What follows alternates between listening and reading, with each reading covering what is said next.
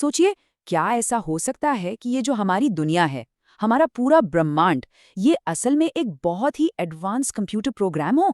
ये सवाल है ना, सुनने में बिल्कुल किसी साइंस फिक्शन फिल्म जैसा लगता है। लेकिन आज के बड़े बड़े विचारक इस पर बहुत सीरियसली बात कर रहे हैं। और जानते हैं सबसे दिलचस्प बात क्या है? इस एकदम मॉडर्न सवाल का जवाब शायद हजारों साल पहले ही दिया जा चुका है। चलिए आज इसी की गहराई में उतरते हैं। और इस आइडिया को मेन स्ट्रीम में लाने वाले कोई और नहीं बल्कि एलन मस्क हैं। उनका ये कहना है कि इस बात की संभावना अरबों में सिर्फ एक है कि हम बेस रियलिटी में हैं, मतलब असली दुनिया में। इस एक बयान ने ना पूरी दुनिया में सनसनी मचा दी थी। तो अगर हम असली दुनिया में नहीं हैं तो फिर सवाल उठता है, हम हैं कहाँ? और यहीं से शुरुआत होती है सिमुलेशन थ्योरी की। देखिए, ये कोई कोरी कल्पना नहीं है। इसके पीछे एक बड़ा सॉलिड लॉजिक है, एक तर्क है जो टेक्नोलॉजी की ग्रोथ और प्रोबेबिलिटी के मैथ्स पर टिका है। ये थ्योरी हमें इस बात पर सोचने को मजबूर कर देती है कि जिस दुनिया को हम इतना ठोस, इतना असली मानते हैं, क्या पता वो सिर्फ एक भ्रम हो। तो ये थियरी कहती क्या है? बिल्कुल आसान शब्दों में ये कि हम सब एक बहुत ही ज्यादा एडवांस्ड कंप्यूटर सिमुलेशन के अंदर जी रहे हैं। हाँ, बिल्कुल द मैट्रिक्स फिल्म की तरह। हो सकता है कि हम सब किसी बहुत पावरफुल कंप्यूटर से बने एक डिजिटल वर्ल्ड का हिस्सा हों। हमारे ख्याल, हमारी फीलिंग्स, हमारी पूरी की पूरी जिंदगी, सब कुछ बस एक कोड, एक प्रोग्राम हो सकता है। पर सवाल तो ये है कि एलन मस्क जैसा इंसान जो दिन रात इंजीनियरिंग और फिजिक्स की दुनिया में रहता है, वो इतनी अजीब बात क्यों करेगा, है ना? इसका जवाब छिपा है टेक्नोलॉजी की स्पीड में। जरा सोचिए, सिर्फ 40 साल पहले हमारे पास क्या था? पोंग नाम का एक गेम जिसमें बस 2 लाइनें और एक डॉट था। और आज हमारे पास फोटो रियलिस्टिक 3D वर्ल्ड्स हैं जो इतने असली लगते हैं कि यकीन करना मुश्किल हो जाता है। और अब तो VR यानी वर्चुअल रियलिटी का जमाना है। मस्क का लॉजिक सिंपल है कि अगर टेक्नोलॉजी इसी स्पीड से बढ़ती रही तो कुछ हजार सालों में गेम्स और असलियत में कोई फर्क ही नहीं बचेगा। वो इतने ज्यादा रियल होंगे कि उनके अंदर रहने वाले कैरेक्टर्स को कभी एहसास तक नहीं होगा कि वो एक सिमुलेशन में हैं। और यहीं से असली गणित शुरू होता है। सोचिए, अगर कोई भी सिविलाइजेशन, चाहे वो हमारी हो या किसी और ग्रह की, इतनी एडवांस हो जाती है कि वो बस सिर्फ एक भी ऐसा सिमुलेशन बना ले जो असलियत से अलग ना हो, तो क्या वो सिर्फ एक बना के रुकेगी? नहीं, वो एक नहीं बल्कि करोड़ों अरबों सिमुलेशन बनाएगी। इस लॉजिक को समझने के लिए एक टर्म समझना जरूरी है, बेस रियलिटी। बेस रियलिटी मतलब वो एक असली, ओरिजिनल, फिजिकल दुनिया जहां से ये सब कुछ शुरू हुआ।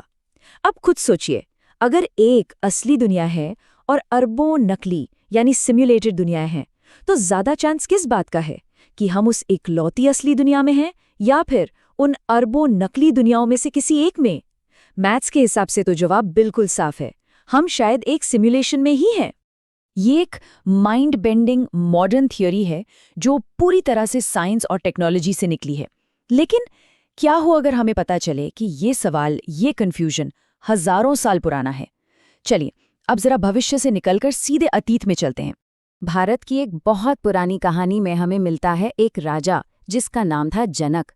और राजा जनक की इस कहानी में ठीक वही सवाल छिपा है जो आज एलन मस्क पूछ रहे हैं। ये कहानी रियलिटी के नेचर पर एक बहुत ही गहरा सवाल खड़ा करती है। तो कहानी कुछ ऐसी है कि राजा जनक अपने आलीशान महल में सो रहे हैं और सोते सोते उन्हें एक सपना आता है। सपने में वो देखते हैं कि वो एक भूखे बेहाल भिखारी हैं। बड़ी मुश्किल से उन्हें खाने के लिए थोड़ी खिचड़ी मिलती है, पर जैसे ही वो खाने को होते हैं, 2 लड़ते हुए बैल आकर सब कुछ तहस नहस कर देते हैं। इस भयानक दुख से राजा की नींद खुल जाती है और वो देखते हैं कि वो तो वापस अपने नरम आरामदायक बिस्तर पर है। अब राजा जनक एक गहरी उलझन में पड़ गए। उनके मन में बस एक ही सवाल घूम रहा था, ये सच कि वो सच? मतलब ये जो महल की जिंदगी है ये सच है या फिर वो जो भिखारी वाली जिंदगी थी वो सपना सच था? क्योंकि महसूस तो दोनों ही बिल्कुल असली हुए थे। राजा ने अपने राज्य के बड़े से बड़े विद्वानों को दरबार में बुलाया, लेकिन कोई भी उनकी इस पहेली को सुलझा नहीं पाया। सबने अपनी अपनी थ्योरी दी, अपनी अपनी दलीलें दी, पर राजा की उलझन वैसी की वैसी ही रही। और फिर दरबार में आते हैं एक युवा ऋषि अष्टावक्र, और वो राजा के सवाल का एक ऐसा जवाब देते हैं जिसकी किसी ने उम्मीद भी नहीं की थी। वो कहते हैं, न यह सत्य न वो सत्य। यानी राजन, न तो आपका ये जागता हुआ राजमहल सच है और न ही वो सपने वाला भिखारीपन। और देखिए, ठीक इसी पॉइंट पर ये दोनों कहानियां एक मॉडर्न साइंस की और एक प्राचीन फिलॉसफी की आकर मिल जाती हैं। एक तरफ मस्क का कंप्यूटर कोड है और दूसरी तरफ अष्टावक्र की चेतना यानी कॉन्शियसनेस की बात। ये देखना कमाल का है कि दोनों आइडियाज एक दूसरे से कितने मिलते जुलते हैं। देखिए, जिसे मस्क बेस्ड रियलिटी कह रहे हैं उसे अष्टावक्र चेतना कहते हैं।